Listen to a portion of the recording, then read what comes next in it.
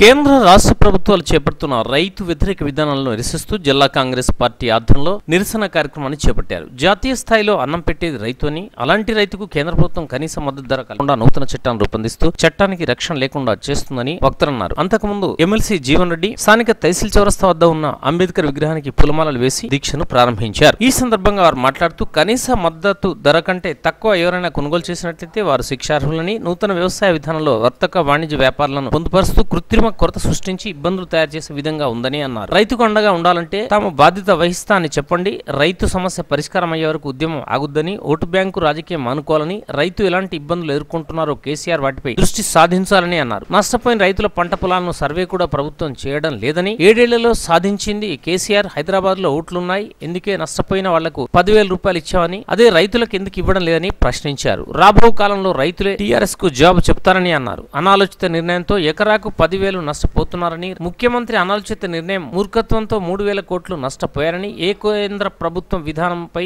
లోక్సభలో TRS parliament సభ్యులు వ్యతిరేకించాల్సింది పోయి మోడీకి ఎందుకు భయపడుతున్నామని, ఢిల్లీ సంగతి తాము చూసుకుంటామని అన్న ముఖ్యమంత్రి కేసీఆర్ మూర్ఖత్వంతో తెలంగాణ రైతులు 3,000 కోట్ల రూపాయలు నష్టపోయారని గుర్తు చేశారు. అకాల వర్షాలు, అతివృష్టితో నష్టపోయిన రైతులకు ఎకరానికి 10,000 రూపాయలు ఇచ్చి ఆదుకోవాలని వారి సందర్భంగా డిమాండ్ చేశారు. ఈ కార్యక్రమంలో ఎమ్మెల్సీ జీవన్రెడ్డితో పాటు జిల్లా కాంగ్రెస్ అధ్యక్షులు లక్ష్మణ్, పలువురు కాంగ్రెస్ నాయకులు, కార్యకర్తలు పాల్గొన్నారు.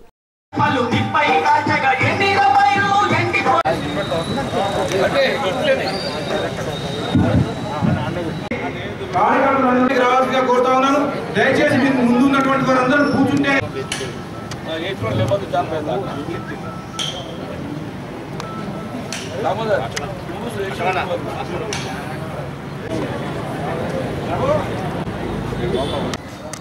నూతనంగా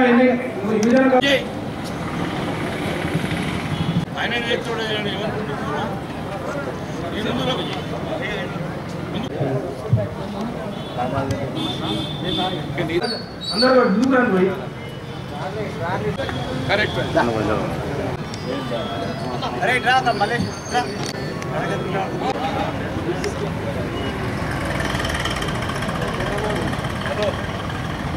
రైతుల ఐక్యత, రైతుల ఐక్యత, కేంద్ర రాష్ట్ర రైతు వ్యతిరేక విధానాలు ఐక్యత.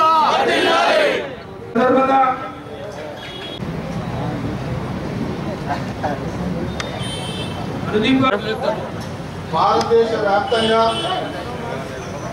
మరి ఎట్లా మనకు కేంద్ర రాష్ట్ర ప్రభుత్వాలు దేశ రాజధానిలో ఢిల్లీలో ఈ ప్రభుత్వానికి వ్యతిరేకంగా, ప్రభుత్వ చట్టాలకు వ్యతిరేకంగా దాదాపు అన్ని పార్టీలకు సంబంధించిన విధంగా మా మీడియా మిత్రులందరూ కూడా మనస్ఫూర్తిగా నమస్కారాలు తెలియజేసుకుంటూ ధన్యవాదాలు. జై హింద్, జై కాంగ్రెస్. పెద్దలు కోరుట్ల నియోజకవర్గంలోని మా మిత్రుడు జువాడి కృష్ణారావు గారు మాట్లాడాల్సి ఉంటుంది.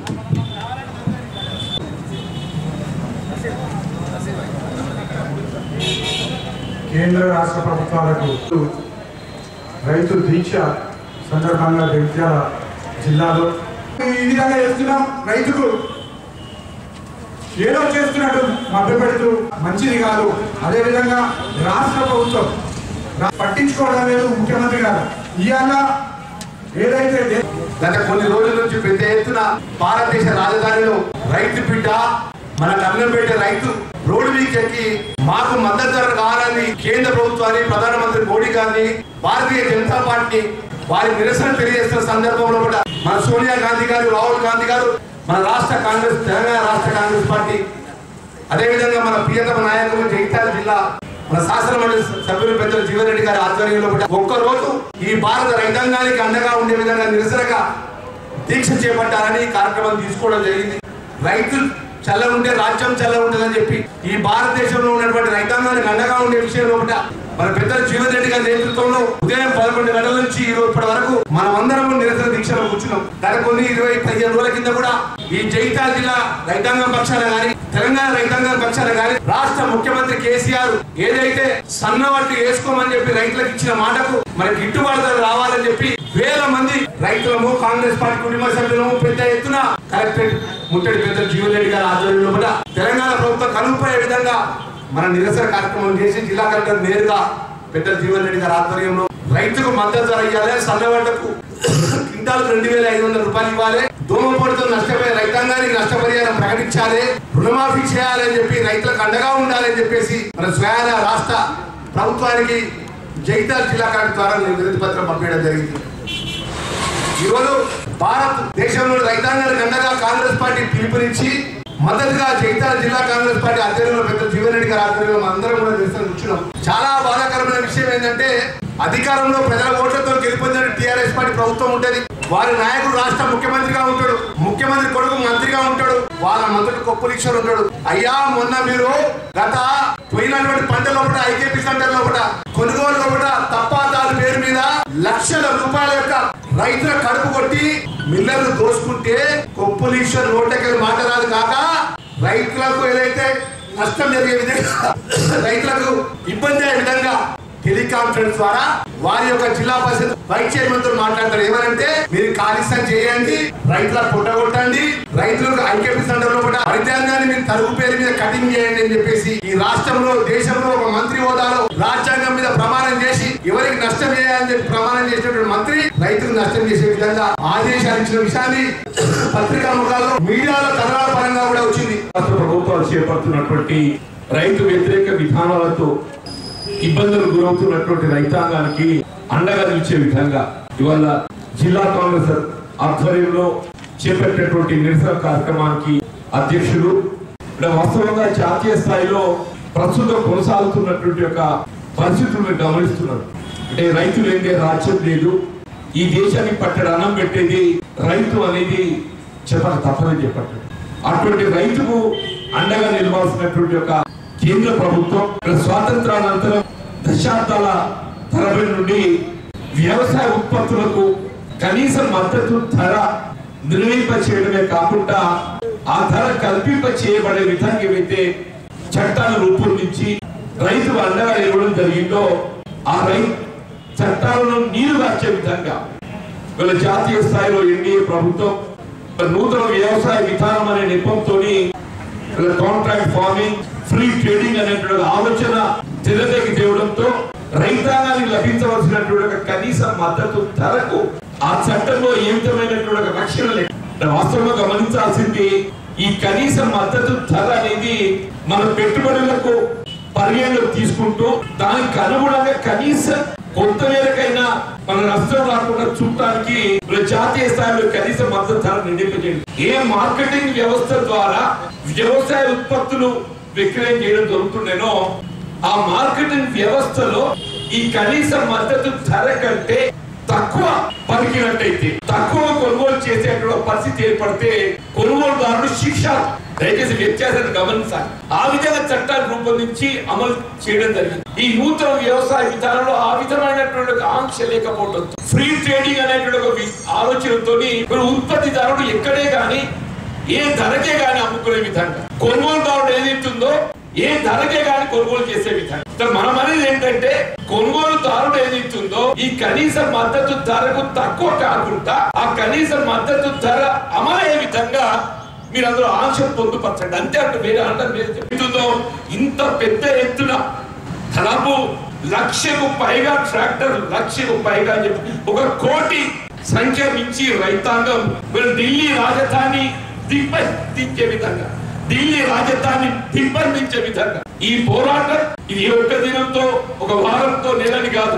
రైతు సమస్య పరిశీలింపబడేంత వరకు పంజాబ్ రైతు ఏదైతున్నదో ఉత్తర భారతదేశం రైతు ఒక చైతన్యవంతం దేశ భద్రతకు ప్రాణాలు ఒట్టేదైతున్నదో దేశ భద్రతకు అండగా నిలుస్తున్నటువంటి ఏ జై జవాన్ నినాదంతో మనకు అండగా నిలుస్తున్నటువంటి ఒక పంజాబ్ సోదరుడి వల్ల జై కిసాన్ అనే నినాదంతో రైతు అండగా నిలబోతుని చెప్పినట్టు జై జవాన్ జై కిసాన్. అటువంటిప్పుడు ఆ రైతులు ఆదుకోసే బాధ్యత నీకు లేదా? కనీసం ఏదైతుందో ఈ ప్రకృతి వైపరీత్యాలతో పంట నష్టపడ్డ రైతాంగానికి మరి సహాయం అందించడానికి కనీసం సర్వే ఏదైతే ఎన్యూమరేషన్ కనీసం minimum responsibility of any government. ఇల్లు కాలితే పోయి చూసొచ్చి అయ్యో ఏమైంది బిడ్డ ఏమేమి లేదు దీంట్లో ఏమనంటే కేంద్ర ప్రభుత్వం స్పందిస్తలేదు, కేంద్ర ప్రభుత్వాన్ని స్పందింపజేయాల్సిన బాధ్యత నీదిరా నాయన. నువ్వు అవసరం వస్తే దేవుడిని కొట్లాడుతున్నావు కదనే, అవసరం వస్తే దేవుడిని కొట్లాడుతున్నావు. ఏమైంది అయ్యి వల్ల అన్నాడు తెలంగాణ రాష్ట్ర ఏర్పాటు ఉద్యమం నా వల్ల వచ్చింది, తెలంగాణ రాష్ట్రాన్ని నేను సాధించా అని చెప్పంటున్నావే.